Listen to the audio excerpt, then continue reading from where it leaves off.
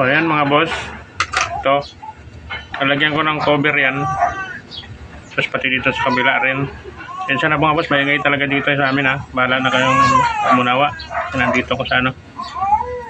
Tapos yun mga boss, ito diba costly yan, may dubli pa yan mga boss, may dubli yan, parang ganito dudublihan yan. Yan, nandyan dudublihan yan. Yan, para hindi makita yan. Yan, dubli. Itong ano naman niya, mechanism trigger niya, pinix ko na mga boss. Pinix ko to dito kasi ito na rin ang ginawa kong pinaka-spacer niya. The first time ko palang ginagawa, sa sunod na lang yung hindi nakapix. Pero kung gusto mo magpalit ng ano mga boss, dito mo idadaan, ito lang ang sisikwatin mo dyan. Itong maliit na to, ito, yung takip niya dito sa unahan. Tapos diinan mo to, itutulak niya yung ano, mapapalitan mo na siya. Tapos isab, pasok mo ulit. Kasi may awang naman to dito, magkakaroon siya ng daanan. Hindi gigibayin yung buong baril kasi nakapix yan. Ito lang yung takip na yan. Tapos pagpasok, balik mo lang ulit. Kunting patak lang ulit na may tiban. Hindi na mahulog yan kasi may gasin naman to dito eh. Magasin yan eh. Yan, mabusisi talaga siya mga boss. Kaya nga ayaw ko gumawa ng ganitong laruan. Mabusisi siya. Puro mechanism ito. Itong laruan na to. Tapos di magasin siya oh. Kung wala lang nag-request sa akin ng gawa daw ako ng ganito, hindi ako gagawa ng ganito mga boss kasi mabusisi siya. Ay natatamad akong pag ganito eh. Pero kung sa kaya, ang totoo mga boss, kaya naman. Tatamad nga lang kasi marami siyang mechanism. Tapos di magasin to. Ano na ito eh, parang semi-automatic. Kung sa mga PVC gas, semi-automatic siya. Kasi pag hila mo nung atras ng bolt ng ganun, pakarga ang butin, pagbalik ng bolt, dadaanan niya yung magasin, bulitas, yung bala, pasok naman sa baril.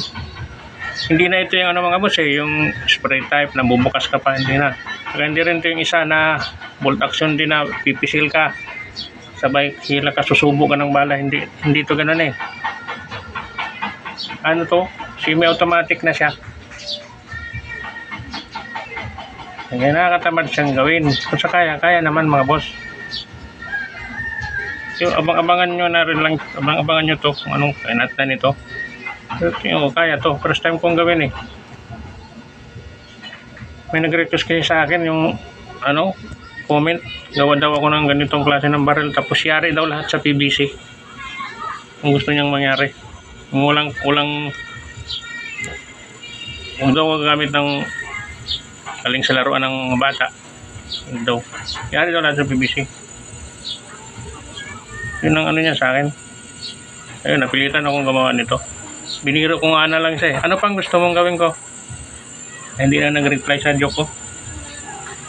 So, hintay-hintay niya kasi medyo matagal to. Tapos PC pa ako sa, ano, kulang-kulang po sa materials.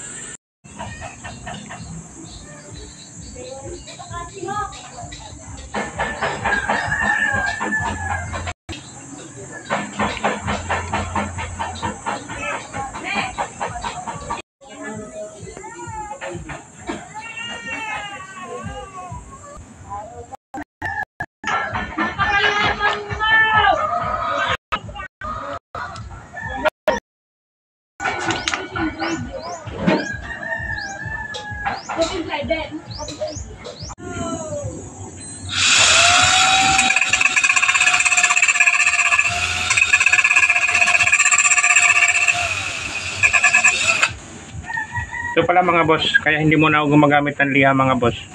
Kasi makapal pa yung tatanggalin. Nagliliha lang ako mga boss pag manipis na. Kaya hindi ko na muna binalaan to ng ano. Bumabagal mga boss eh, mayroon namang mas mabilis. Ngayon, pag manipis na, saka nalihain. Makapal yan mga boss, pag banatan mo ganang liha yan, abutan ka ng ano dyan mga boss, yam-yam. Ito may mabilis. Ngayon, pag medyo manipis na, sigundahan mo ng liha. Sa grinder naman, pansamantala lang to. Order ako ng grinder talaga na ano, chargeable din.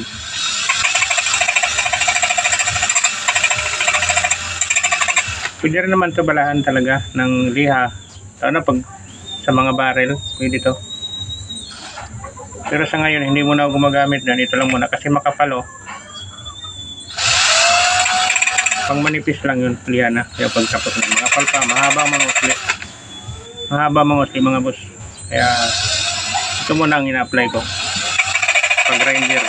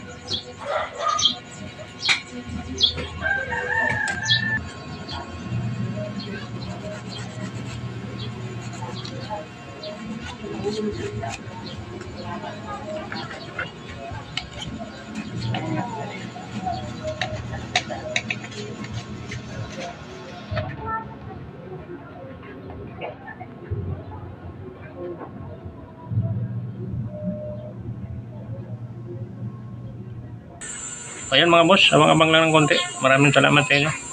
Babayan, ingat kayo lahat.